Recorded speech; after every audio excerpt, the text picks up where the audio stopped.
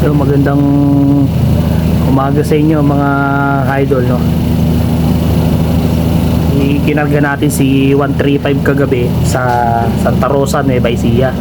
Abangan ngayon, abangan. So, ang datingan pa alas 8:05 yata o basta pasado alas 8. Ano muna tayo, habang inaantay natin, kwentuhan muna tayo para kahit papaano may ibigay akong konting tips para sa inyo mga idol, no? Pati ang i-ready ko ngayon yung mga pang recover ni 135 sa darating na karera, sa karera ngayon, sa pooling. Yun sa mga nagtatanong sa akin na bakit hindi ako nagbibigay ng ng electrolytes kapag sa training pa lang. Hindi talaga ako nagbibigay nun kasi para sa akin, yung dati ko na talagang ginagawa, tinuturuan ko yung ibon na self-recovery. Meron na silang self-recovery, ine-enhance lang natin para kahit papano magkaduluhan man o magkatukuran man sa dulo, marunong sila mag-recover ng sa kanila. Kasi ang ibon, kung kada training niyan nasa malapit pa lang binibitawan 20 o hanggang 150 kilometers na tinutulungan nyo na sila, mahihirapan sila makarecover agad-agad ng sa kanila lang. Kaya ako ginagawa yun na tubig lang muna, o minsan ginagawa ko sinasalubong ko na may oregano o honey para matuto sila mag-recover ng sarili nila. Magbibigay ako niyan minsan patulog na ganyan, pan-race na. Pero sa isang linggong sistema ko, sa isang linggong ginagawa ko, meron akong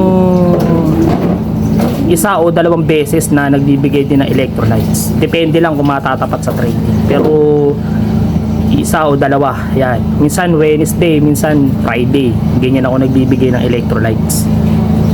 Pero yung sasabihin mong kada training, kada mid-toss, sinasalubong ko ng electrolytes, hindi ko ginagawa yun.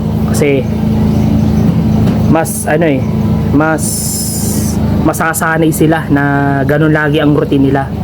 Kaya maasa sila sa mga gamot-gamot na binibigay natin o electrolytes.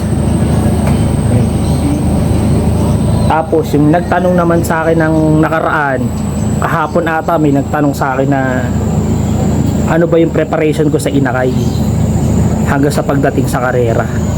Syempre sa inakay, given naman yun, papaamuhin syempre. Sa akin ang inakay kasi habang bata pa, kailangan patataasin natin yung immune system dahil yung mga inakay natin, yan yung mabilis dapuan ng sakit. Ayan, kaya kailangan ibinuboost natin ang immune system nila. Ayan. Ang ginagamit ko diyan pag sa inakay, ginagamit ko multivitamins.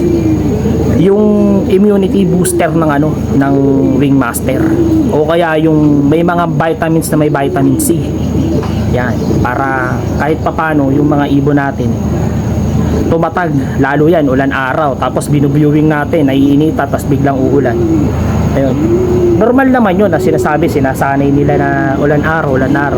Tao nga nagkakasakit, tao na yun what more pa yung kumbaga, tulungan din natin sila kasi ako talaga ugali ko, hindi ako nagbabakuna ng ibon na bago iwalay. Hindi ako nagbabakuna.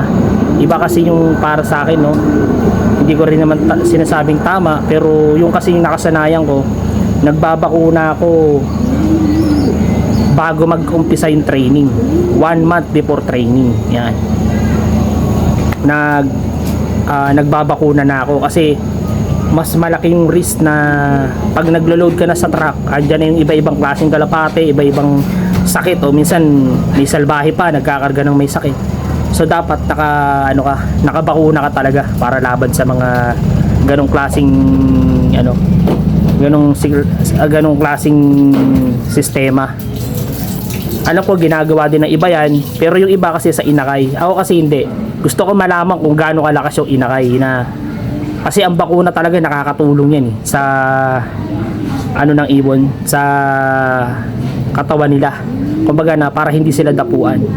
Kasi meron naman talaga mga ibon na pag dinapuan hindi naman tumatalab, o ibig sabihin malakas talaga yung immune system nila. Ayun lang, hanggang sa paglipad, syempre luply, ganyan. Ang umpisa ko ng disiplina niya kapag ano na sila, yung talagang rumiranging na sila, tsaka ako sila didisiplinahin. Huwag din natin titipirin ng inakay sa patuka hanggat maaari lagi silang busog. Kailangan yung umaga, tanghali, hapon kumakain sila para mas lumakas pa yung resistensya nila o pumasok yung mga nutrients sa katawan nila. Yun lang, yung mga gusto magtanong, i-comment nyo lang o i-chat nyo ako para kahit papaano yung mga tanong nyo mabigyan natin ng ng sagot na alam ko makakatulong sa inyo. Basta wag lagi mawawala ang digestion, yung lalo sa mga YB, digestion yan, calcium, hanggat sa sila tumibay na, dapat nandun lagi ang calcium, digestion, multivitamins. Ayan. Sana may natutunan kayo mga idol, no? Mag-aabang tayo ngayon ng Santa Rosa release namin sa RP Club. Kasali tayo ng pooling. Sana manalo tayo para kahit paano may pambudget sila sa patuka nila. Sana i-subscribe nyo channel ko, yung reels ko, follow nyo, and pangako kung ano man yung mga sasabihin ko, alam ko may tutulong sa inyo yun. Sana ma-absorb nyo o magawa nyo. Hindi naman porket sinabi ng mga mentors natin na ginagawa nila, ginagawa nyo na rin. Dapat laging nandun yung tanong na bakit nila ginagawa yun, para nalalaman natin kung bakit nila ginagawa, para saan. Kasi iba-iba tayo ng iba-iba tayo ng alaga sa kalapate. Hindi yung sa isang loop pares kayo ng ginagawa, iba-iba din yung lakas ng ibon nyo. Kumbaga, iba-iba din yung diskarte natin sa pagpapalakas ng ibon. Kaya pag may sinabi si mentor, laging nandun yung tanong na bakit binibigay, tsaka nyo obserbahan kung maganda ba o makakatulong sa loop nyo. Ganun lagi.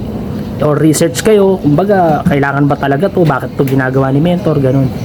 Hindi yung basta sinabi na yun na, hindi pwedeng ganun. Tingnan nyo rin yung resulta sa mga tinuturo sa inyo. Ayun, sana please like and share ng vlog natin mga idol, no? Bigyan natin ng importansya yung mga newbie para kahit paano pag nag-umpisa sila, meron silang sinusundang sistema o may guidelines sila. Hindi man natin ma-perfect yung turo sa kanila, may guidelines sila. One eternity later. Gandang araw sa inyo mga idol. At ibubugtungan ko lang yung nakaraang topic natin sa electrolytes. Yung napapansin nyo na sa tuwing dumarating si 135, binibigyan ko siya ng electrolytes na electrogen. Kasi si 135 kasi araw-araw siyang nagte-training, araw-araw siyang binibitaw. Hindi na siya natutulog sa loop. Kaya kailangan may suporta tayo pagka gano'n ng labanan o ang training natin araw-araw. Kailangan may suporta na. Pero yung tinitraining lang na hindi naman nagkakarera, hindi nyo muna kailangang bigyan. O para sa akin hindi nyo muna kailangang bigyan para ma-enhance yung nila, self-recovery.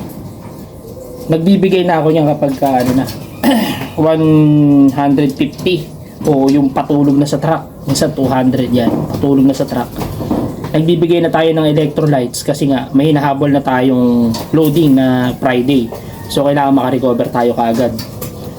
Lunes pa lang dapat recover na ibon natin o linggo pa lang makarecover na sila.